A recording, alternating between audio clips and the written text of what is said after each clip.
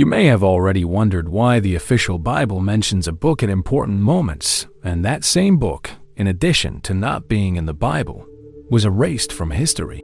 Now imagine a secret council, where powerful men, surrounded by candles and ancient documents, decided that some truths should never reach the people.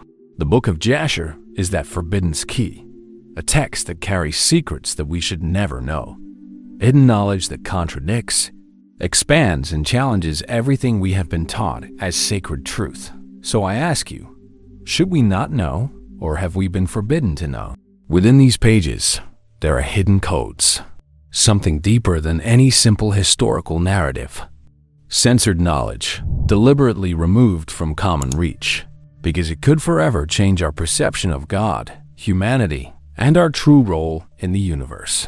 Imagine discovering the true story of the Nephilim, the giants who walk the earth, or the involvement of the fallen angels and their darkest secrets.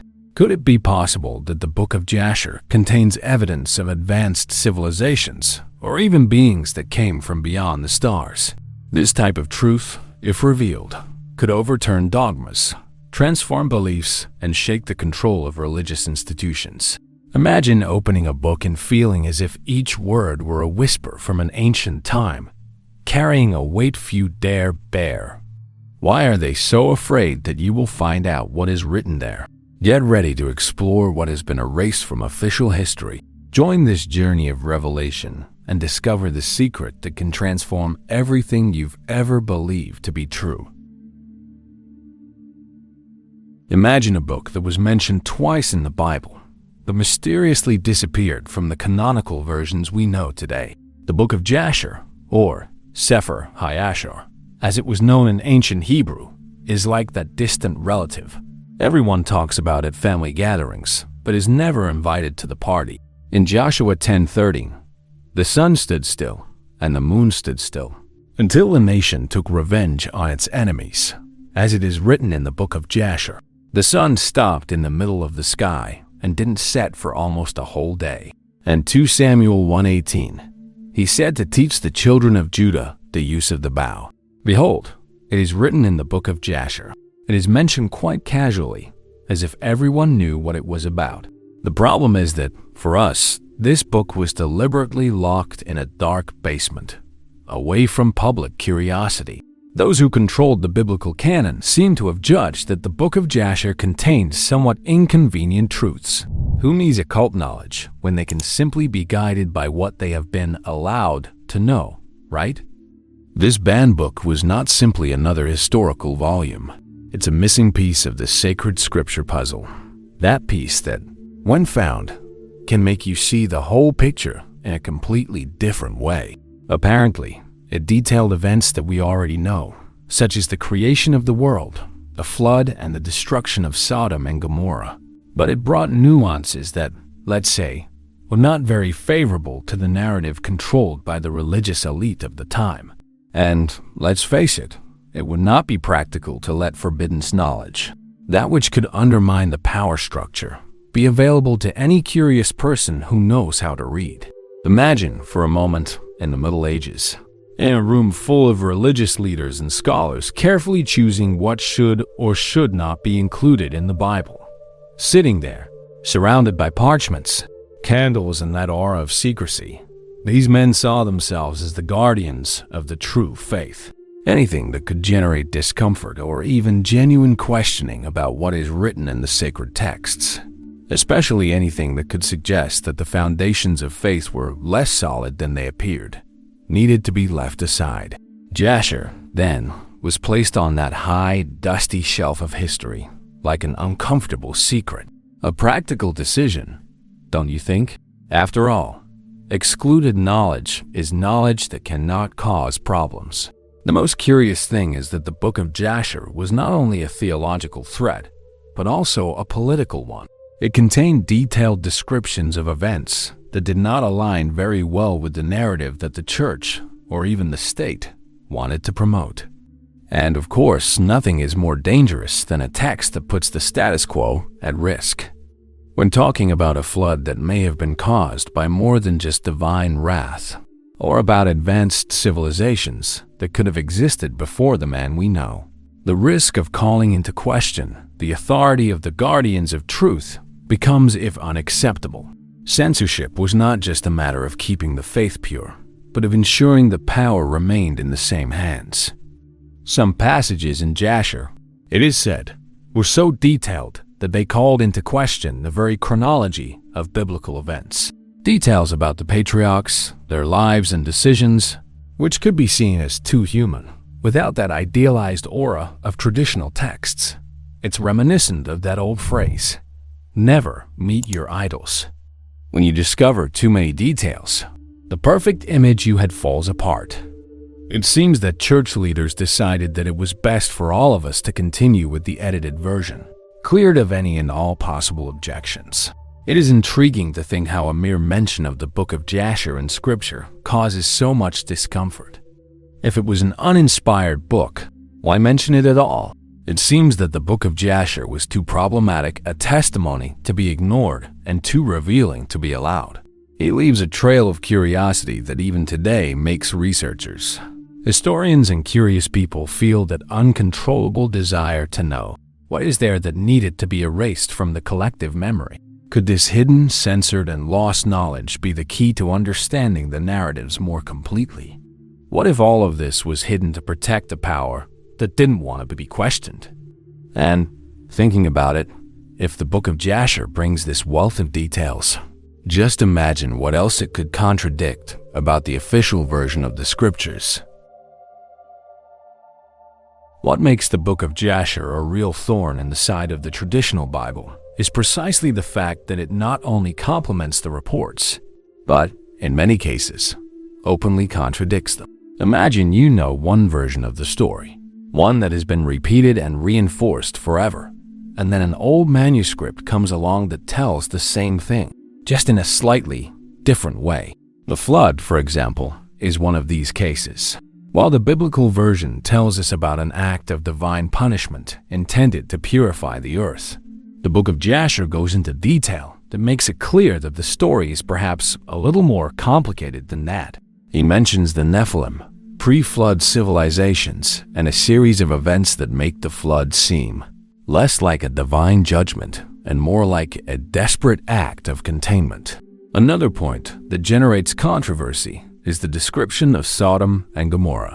According to Jasher, the destruction of these cities was not only the result of the moral decay of their inhabitants, but a consequence of dark practices involving, possibly, forbidden knowledge. Knowledge that, you see, could call into question the very morality used to justify the act. It seems there was more than simply the issue of lust and corruption. Who knows? Perhaps they were victims of something that got out of control, a type of censored knowledge that should not have been accessed. All of this makes the narrative about God's judgment much less clear and much more human or alien. If we want to enter even more into the field of controversy, and if up until now you've already been left open-mouthed by so much information, you've already subscribed to the channel to stay up to date with what's to come in the next videos, and let's continue. There always seems to be a fine line between what is sacred and what is politically expedient. If the book of Jasher does contradict certain points in the traditional Bible, what does this mean for the faithful?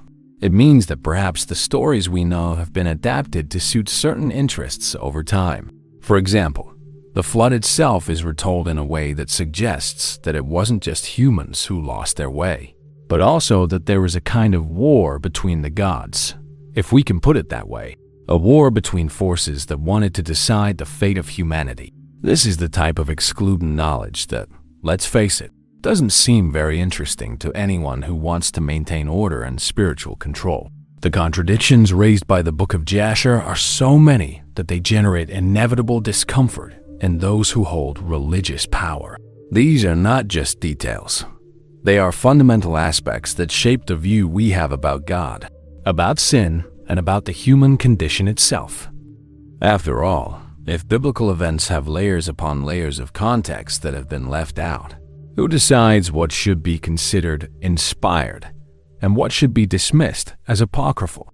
It seems that the book of Jasher is always there, lurking, reminding us that forbidden knowledge is often the one that has the power to free us from our limited view of things. It is precisely this perspective that makes the book of Jasher a threat. He proposes a version of history where God is not simply the absolute judge, but an active participant in a conflict that involved other beings, other forces, and, why not, other interests. The idea that the flood, for example, may have been a battle to maintain cosmic order, where not only humans were out of control, but also higher beings, is an affront to what we are used to hearing. And this, of course, leads us to question, who decided that these versions should not be included in the official narrative? Who really controlled what should be considered sacred and what should be erased from humanity's memory? To understand who had the power to exclude the book of Jasher from the Bible, we need to go back in time to the first councils of the church, where religious and political power were firmly intertwined. It was a time when the line between the sacred and the convenient was quite, shall we say, flexible. Imagine a room full of powerful men, bishops, clergy, scholars, all fervently debating what should or should not be included in the official version of the Bible. There were interests at stake that went far beyond mere theological questions. It was about control, about ensuring that the religious narrative was compatible with the existing power structure. And, of course, a book that brought censored knowledge and views that could weaken established power would not be very welcome. The councils that defined the biblical canon, such as the Council of Nicaea in 325 AD, were true events of spiritual engineering. They needed to build a solid faith, an unquestionable narrative that supported the power of both the Church and the Roman Empire. Any document that suggested anything different, anything that might call into question divine control or the authority of leaders, had to be discarded. The book of Jasher, with its stories that not only amplified but contradicted biblical accounts, seemed too dangerous to include. After all, who wants a book that calls into question the foundations of the power you are trying to build? This is how the forbidden knowledge of the book of Jasher ended up on the list of uninspired books. It is interesting to note that the process of choosing sacred texts was not a decision illuminated by a divine light, but a game of politics, interests, and manipulation. The men who met to decide what should be included were, in essence, politicians of faith. They were more concerned with ensuring that Christianity aligned with the interests of the empire and maintaining control over the masses. The book of Jasher, it seems, contained truths that could put this fragile alliance between church and state at risk. Therefore, the decision was practical. Excluding him was the best way to ensure that people did not have access to knowledge that could free them from the imposed narrative. And it wasn't just the councils that contributed to Jasher's disappearance. The very evolution of Christianity, the creation of the Vulgate, and the dissemination of printed Bibles after the invention of the printing press were steps that helped to consolidate what was considered sacred and what was apocryphal. Imagine living in a time when questioning the validity of certain books could mean a one-way trip to the stake. The book of Jasher was one of many texts that simply did not fit what was wanted to be taught. It contained excluded knowledge, those details that, if revealed, might suggest that God's plan was far more complex and human than the official scriptures let on. The exclusion of Jasher and other texts was no accident. It was a strategic decision. They knew that doubt is a dangerous seed. When someone starts to question one detail, they can end up questioning everything. Therefore, it was necessary to offer people a ready-made truth, one that left no room for questioning. The book of Jasher, with its narratives of Nephilim, lost civilizations, and fallen angels, was anything but convenient. Thus, its fate was to be deliberately erased from the official canon, being relegated to a status of historical curiosity, when, in fact, it may well be the key to understanding what really happened during those events narrated by the Bible. And then we ask ourselves, what else was decided in that council room and was never told to us? If a book like Jasher's was considered dangerous, How many other manuscripts were similarly silenced for containing inconvenient information? If the biblical canon is a reflection of human choices, perhaps it is time to look beyond what we have been told is sacred and investigate why certain texts have been condemned to oblivion. Could this be the next step in discovering what was really hidden, not just about faith, but about the very essence of humanity? Now, get ready for the part where the story really starts to go off the rails of the traditional narrative.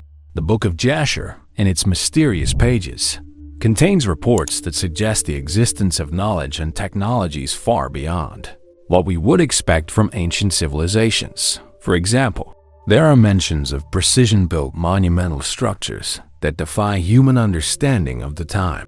Some scholars theorize that these accounts are remnants of an advanced civilization that existed before the Great Flood, a civilization that should not be part of our official history. If you think this sounds familiar, you're not alone. Remember Atlantis, Lemuria, and all the stories of societies that fell from grace, submerging their forbidden knowledge forever. There is also a part in Jasher that talks about the sons of the heavens interacting with humanity, bringing with them teachings and technologies. This narrative sounds a bit like alien visits, don't you think? It may seem like an exaggeration, but think about it. If in ancient times people witnessed something they couldn't explain, wouldn't they automatically associate it with the divine or the supernatural? These sons of the heavens could very well be beings from somewhere else, perhaps not from the celestial sky, but from the sky we see every night. Forbidden knowledge, excluded knowledge, that's what was being shared. And it was so disruptive that it ended up being censored by the compilers of the traditional Bible. Now, imagine the impact of admitting that perhaps ancient civilizations not only had contact with beings from other worlds, but were taught by them. The book of Jasher provides descriptions of tools and skills that, if interpreted literally, could not be the work of primitive societies. The precision in construction, reports of knowledge about advanced astronomy, and even machines capable of performing feats that, honestly, we only imagine in science fiction. All of this gives new meaning to stories that many of us dismiss as simple legends. Atlantis may not just be a myth, and the same goes for the famous Tower of Babel, perhaps a failed attempt to recreate a technology they didn't fully understand. Of course, all of this is extremely uncomfortable for religious authorities. Accepting that there were advanced societies before Noah, or that the giants of knowledge, those beings who descended from heaven, could have an extraterrestrial origin, means challenging the very notion that man is the center of divine creation. And what about the idea of a flood as an act of cleansing, if in fact, it could have been a desperate attempt to erase the mistake of sharing technology with humanity too soon? It is no wonder that this type of knowledge has been censored, as it questions the foundation of our perception of divine superiority and control over human destiny. Perhaps the most uncomfortable question is, what if these civilizations, this lost knowledge, were deliberately hidden because they showed a humanity much more connected to the cosmos than we are ready to admit?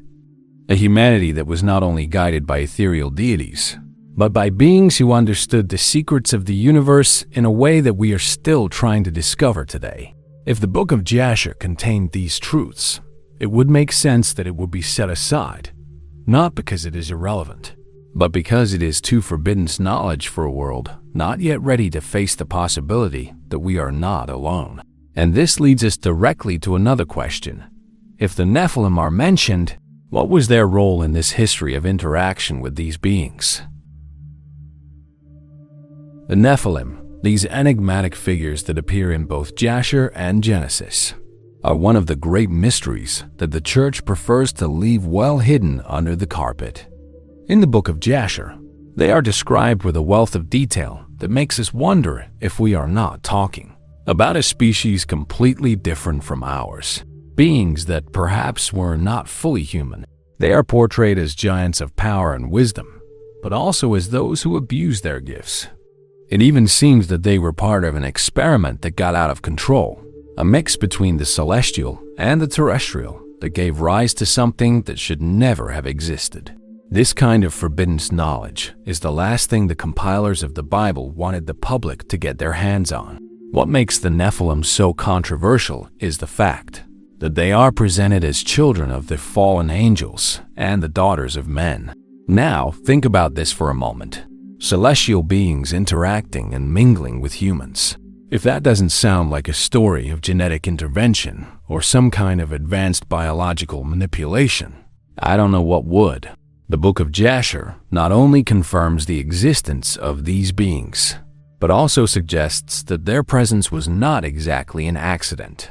It is as if the Nephilim were the result of an improper alliance, something that was outside the original plans, and that ended up leading the world to chaos. It is no wonder that this narrative did not go down well with those who wanted to keep humanity in a controlled perception of its own origin. The impact of the Nephilim on history is much greater than we have been told. They were, apparently, responsible for introducing technologies, skills, and knowledge that humanity was not prepared to receive. And you know what's curious? These stories echo not only in the book of Jasher, but also in the book of Enoch, another text considered apocryphal and conveniently forgotten by the church. It seems that these fallen angels, in bringing the Nephilim into the world, also brought censored knowledge, something that, in the eyes of the guardians of the faith, was too dangerous to share. If reports are to be believed, these giants were not only physically imposing, but also possessed forbidden knowledge that defied the natural order of things. And then comes the question no one likes to ask. What if the Nephilim aren't just a metaphor? If they really existed, as not only Jasher and Enoch, but also the archaeological finds that never make it to major museums seem to suggest, this completely changes our understanding of history. Official archaeology ignores it, but there are bones and traces of gigantic beings found in various parts of the world, always shrouded in mystery and often quickly classified as something unimportant.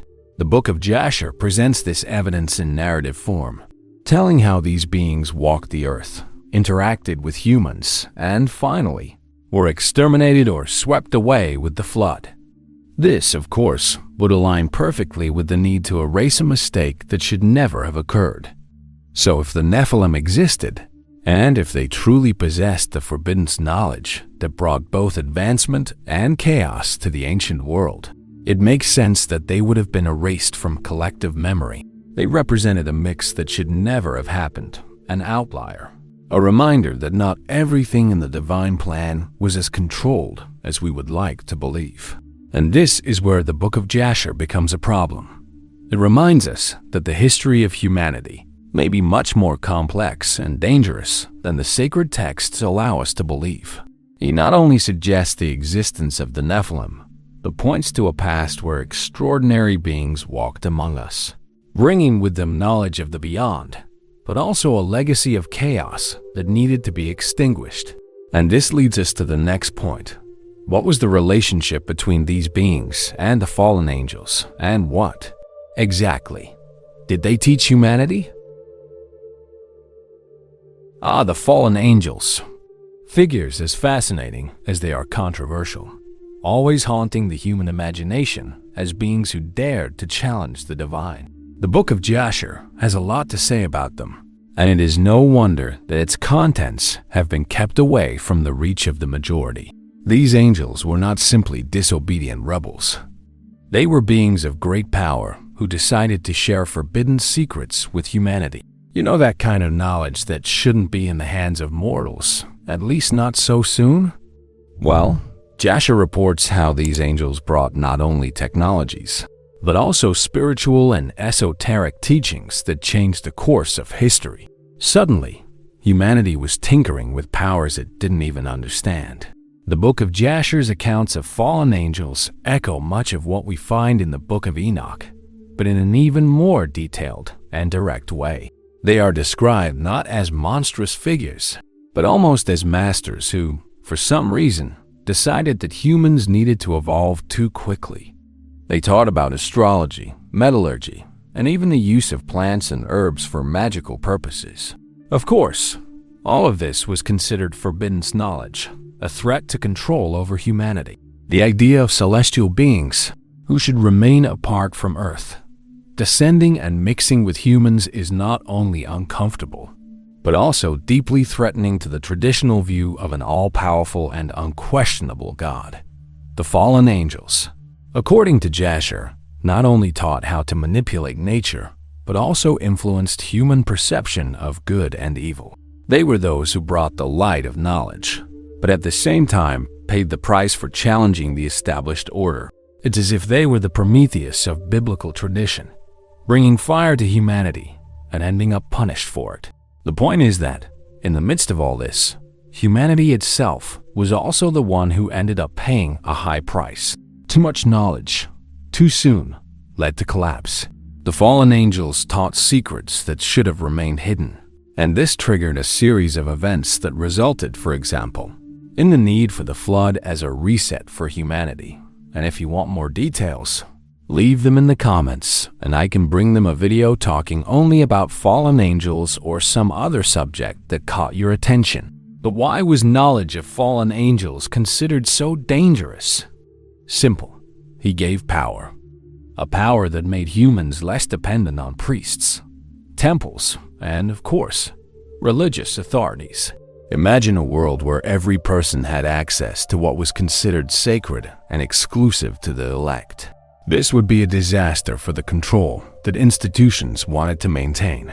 So not only were the angels punished, but the knowledge they brought was labeled as forbidden and was erased from the collective memory. Of course, history always has ways of finding us, and the echoes of this knowledge are still present in various esoteric traditions, hidden from the eyes of most, but very much alive to those who dare to look. And so, the Book of Jasher presents us with the fallen angels not as simplistic villains, but as complex beings who did what they did not out of malice, but perhaps out of compassion or a different vision of humanity's destiny. They wanted humanity to reach the divine on its own, perhaps without needing the intermediaries imposed by religions. However, this kind of freedom comes with a cost, and the chaos resulting from the incorrect use of this knowledge ultimately led to the end of one era and the emergence of a new, more controlled one. And what happened to this esoteric knowledge? You may ask, was it completely lost or just hidden, waiting for the right moment to be rediscovered? This is the kind of question that leads us to look for hidden codes and hidden messages, perhaps in the Book of Jasher itself. This is where things really start to get intriguing.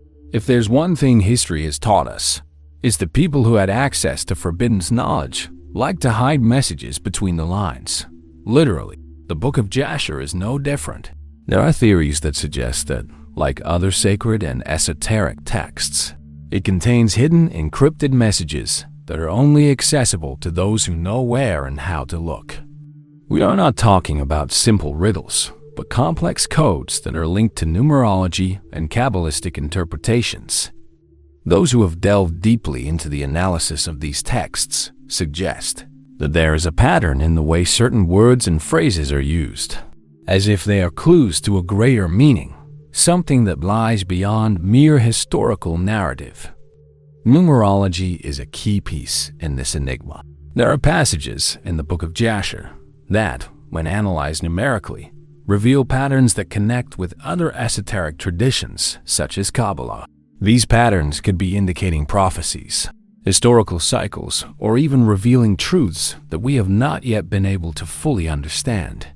For example, there are those who say that the dates and numbers mentioned in the text follow a logic that aligns with the major events in human history, almost like a temporal map. Was this censored knowledge that the biblical compilers considered too dangerous for humanity? Perhaps this is why the Book of Jasher was excluded, not because its stories were inconvenient, but because they hid something much deeper and uncontrollable. There is also another layer of mystery: the words used in a seemingly arbitrary way. Certain expressions, when analyzed in Hebrew, seem to be used repetitively, almost as an attempt to draw attention to a hidden meaning. Think of it as a game between author and reader. where whoever can decipher the riddle will see a much clearer picture of the divine plan or nature of the universe. Some scholars even believe that these coded words are clues left for those looking for answers beyond blind faith, a kind of invitation for those who have the courage to seek forbidden knowledge, the kind of knowledge that makes you see the world in a totally different way. These hidden codes also make an interesting connection with other mystical traditions, such as Kabbalah and the Hermetic mysteries. It seems that the Book of Jasher was not only relating the story of the patriarchs, but also offering a path to enlightenment, something few could understand. And as we know, anything that suggests spiritual autonomy and personal power has always been a source of censorship. It is no surprise that the text was excluded from the Bibles that have come down to us. He proposes that the answers to the greatest mysteries of human existence lie not just in divine miracles or faith, but in hidden patterns in the numbers and words that dance between the lines of the universe itself. So what exactly does this hidden code reveal? There are those who say that it contains prophecies that have not yet come true, secrets about the true nature of the human soul, or even instructions for reaching a higher level of consciousness. Whatever the secret, one thing is certain. It was considered too dangerous to be left out to the common public. The Book of Jasher, like other apocryphal texts, seems to have been written not only to record history, but to hide a map, a path for those who dare to question, to seek what has been excluded and censored. And this, of course, leads us to ask, why was this knowledge so threatening? Perhaps because, if people understood it, they would no longer need the institutions that have always mediated the divine, which inevitably brings us to the question of what the impact of this knowledge would be on the very structure of organized religions. The Book of Jasher is a serious problem for organized religions, and that is no secret. Have you ever stopped to think about why certain texts are chosen to be part of the scriptures and others are rejected and literally hidden from humanity? The answer is simple and at the same time quite uncomfortable. Control. The Book of Jasher, with its stories that challenge the conventional narrative of the Bible, directly threatens religious institutions' monopoly on what is considered truth. The forbidden knowledge he carries not only contradicts established dogma, but also suggests that humanity is capable of accessing spiritual truths without the need for intermediaries.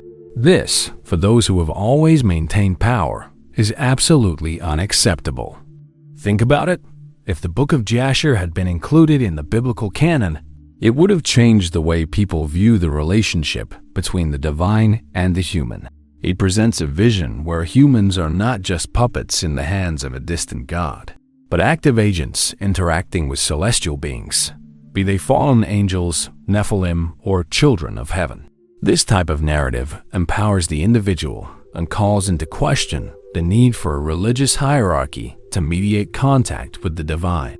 The idea that there is forbidden knowledge that anyone can access, if they have the courage to do so, undermines the power of churches and spiritual leaders who have always positioned themselves as the sole interpreters of divine will. Control over the masses has always been directly linked to control over knowledge. If you determine what is sacred and what is heresy, you control the narrative, and therefore, you control the people.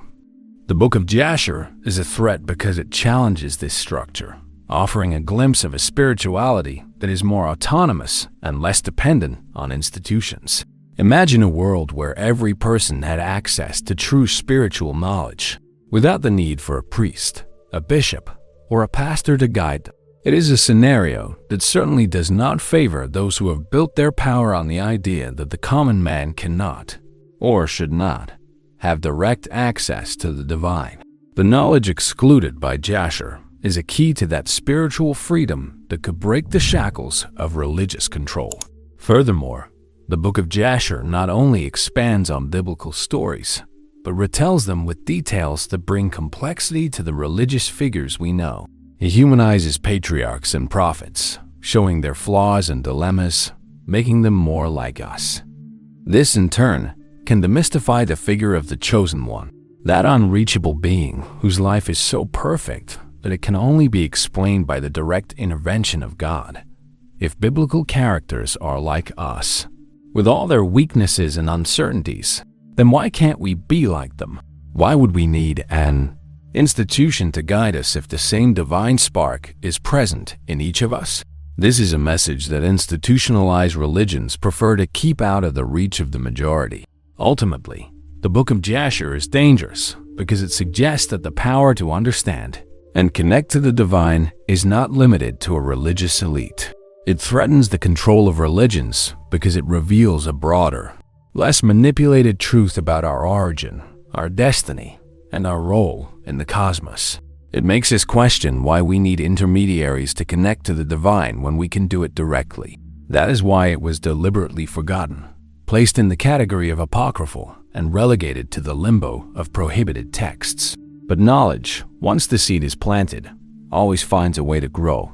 And if the Book of Jasher holds the key to freeing people from imposed dogma, it is no wonder that religious authorities are so afraid of the public discovering it. And now, we are faced with a bigger question. If the Book of Jasher is a threat to the control of religions, what is the big secret it holds? What forbidden truth does it contain that could transform the way we view our existence and our relationship with the cosmos? Perhaps the answer to this question is the key to unlocking humanity's greatest secret. It's impossible not to come here and wonder, why was all this so carefully hidden? Why is there so much resistance to admitting the existence and relevance of the Book of Jasher?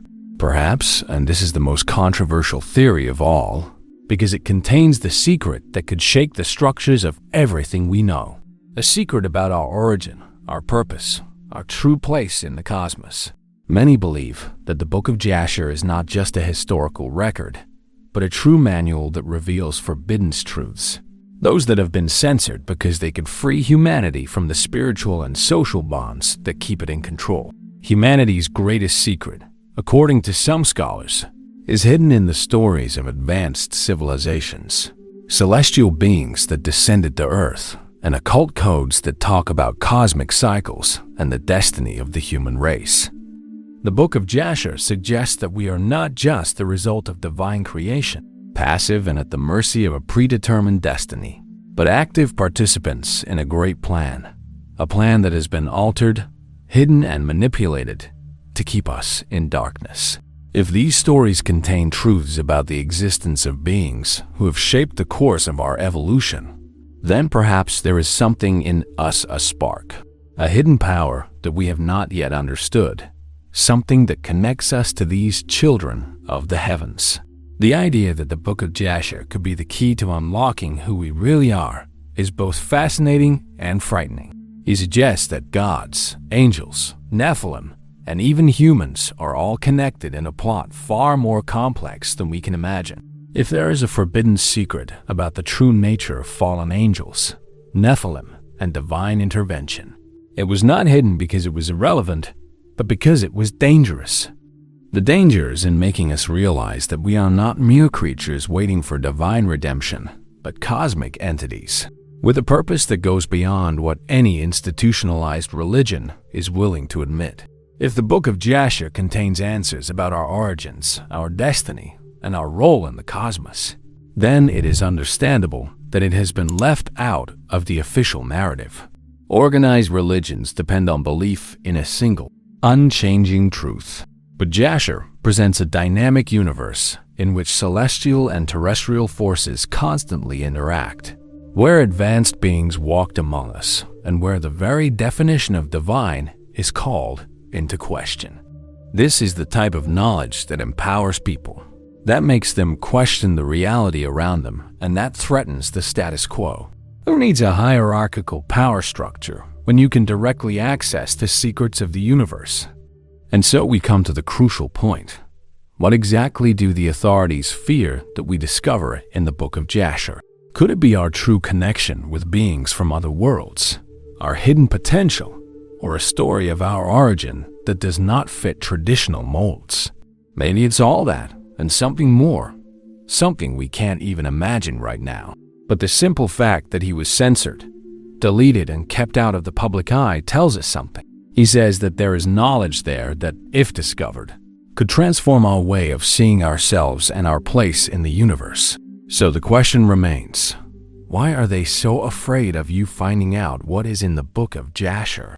Perhaps the answer is there, waiting for someone one day to have enough courage to open the pages of this forbidden knowledge and finally see beyond the veil that has been imposed on us. And this search, of course, does not end here. It is just beginning, and perhaps the discovery of this secret is the key to a new era of understanding and spiritual liberation. And if you've stayed this far, don't forget to subscribe to the channel because the key to this new era may be in next video. Thank you very much and see you later.